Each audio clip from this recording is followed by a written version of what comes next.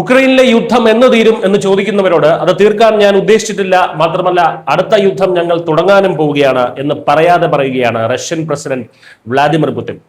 യൂറോപ്പിൽ നിന്ന് പുതിന്റെ കണ്ണുകൾ ഇപ്പോൾ ഏഷ്യയിലേക്ക്, കൃത്യമായി പറഞ്ഞാൽ ജപ്പാനിലേക്ക് തിരിഞ്ഞിരിക്കുകയാണ്. ലോകത്തിൽ മൂന്നാമതൊരു വലിയ യുദ്ധമുഖം തുറക്കുകയാണോ? കിഴക്കൻ ഏഷ്യയിൽ ജപ്പാനോട് ചേർന്ന് കിടക്കുന്ന കുറിൽ ദ്വീപുകൾ, കുറിൽ ഐലൻഡ്സ്, രണ്ടാം ലോകമഹായുദ്ധത്തിന് ശേഷം റഷ്യയും ജപ്പാനും തമ്മിൽ എക്കാലത്തും വലിയ തർക്കം നിലനിൽക്കുന്ന ഈ പ്രദേശത്ത് റഷ്യ ഇപ്പോൾ അസാധാരണമായ സൈനിക നീക്കങ്ങളാണ് നടത്തുന്നത്. ഇത് വെറുമൊരു അതിർത്തി തർക്കമല്ല, മറിച്ച് ജപ്പാന്റെ പരമാധികാരത്തിന്മേലുള്ള റഷ്യയുടെ നേരിട്ടുള്ള കടന്നുകയറ്റമാണ്. തങ്ങളുടെ മൂക്കിന് താഴെ റഷ്യൻ സൈന്യം ഇരച്ചു കയറുന്നത് കണ്ട് വമ്പൻ പ്രതിഷേധവുമായി ജപ്പാൻ രംഗത്ത് വന്നിട്ടുണ്ട്. പക്ഷേ പുതിൻ ഇതൊക്കെ വല്ലതും വകവച്ചു കൊടുക്കുന്ന ആളാണോ?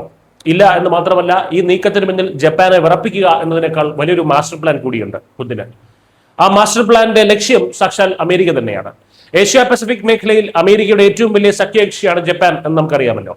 നിങ്ങളെ ആര് തൊട്ടാലും ഞങ്ങൾ വരും എന്ന് അമേരിക്ക ജപ്പാന് വാക്ക് കൊടുത്തിട്ടുണ്ട്. എന്നാൽ ഇപ്പോൾ പുതിൻ ചോദിക്കുന്നത്, ഞാൻ തൊട്ടു, നിങ്ങൾ ഇനി എന്ത് ചെയ്യും എന്നാണ്. ഉക്രൈനിലേക്ക് കോടിക്കണക്കിന് ഡോളറിന്റെ ആയുധങ്ങൾ കൊടുത്ത് സ്വന്തം ഖജനാവ് കാലിയാക്കിയ അമേരിക്ക ഒരു വശത്ത്, മിഡിൽ ഈസ്റ്റിൽ ഇസ്രയേലിനെ രക്ഷിക്കാൻ ഓടി നടക്കുന്ന അമേരിക്ക മറുവശത്താണ്. ഇതിനിടയിൽ പസഫിക്കിൽ വന്ന റഷ്യയെ നേരിടാൻ ട്രംപിനോ അമേരിക്കൻ സൈന്യത്തിനോ കേൾപ്പുണ്ടോ?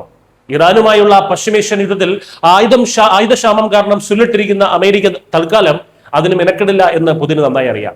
അമേരിക്കയുടെ ഈ ഗതികേടിനെയാണ് പുതിൻ ഇപ്പോൾ ശരിക്കും ടാർഗറ്റ് ചെയ്യുന്നത്. റഷ്യയുടെ ഈ നീക്കം അമേരിക്കൻ സഖ്യത്തിന് വലിയൊരു ഷോക്കാണ് നൽകുന്നത്.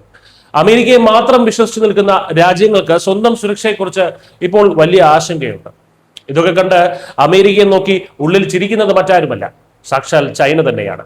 അമേരിക്കയ്ക്ക് ജപ്പാൻ രക്ഷിക്കാൻ പറ്റിയില്ലെങ്കിൽ പിന്നെ എങ്ങനെ തായ്വാനെ രക്ഷിക്കാൻ പറ്റും എന്നാണ് ചൈനീസ് പ്രസിഡന്റ് ഷീ ജിൻപിങ് ഇപ്പോൾ കണക്ക് കൂട്ടുന്നത്.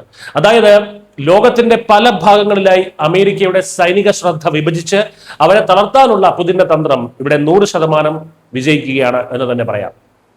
ലോക പോലീസ് ചടഞ്ഞു നടക്കുന്ന അമേരിക്ക വിചാരിച്ചാൽ ലോകത്തെവിടെയും ആരെയും രക്ഷിക്കാൻ കഴിയില്ല എന്ന സത്യം ഒരിക്കൽ കൂടി തെളിയുകയാണ്. പുതിൻ പസഫിക്കിൽ തുറന്നിരിക്കുന്ന ഈ പുതിയ യുദ്ധമുഖം പഴയൊരു അതിർത്തി തർക്കത്തിന്റെ ബാക്കി പത്രമല്ല, മറിച്ച് ലോകക്രമത്തെ മാറ്റിമറിക്കുന്ന വലിയൊരു ജിയോ പൊളിറ്റിക്കൽ ഗെയിമിന്റെ തുടക്കമാണ്. വരും ദിവസങ്ങളിൽ പസഫിക് സമുദ്രം കൂടുതൽ തിളച്ചുമറിയും എന്ന് തന്നെയാണ് റഷ്യൻ സേനയുടെ നീക്കങ്ങൾ നൽകുന്ന മുന്നറിയിപ്പ്. News desk.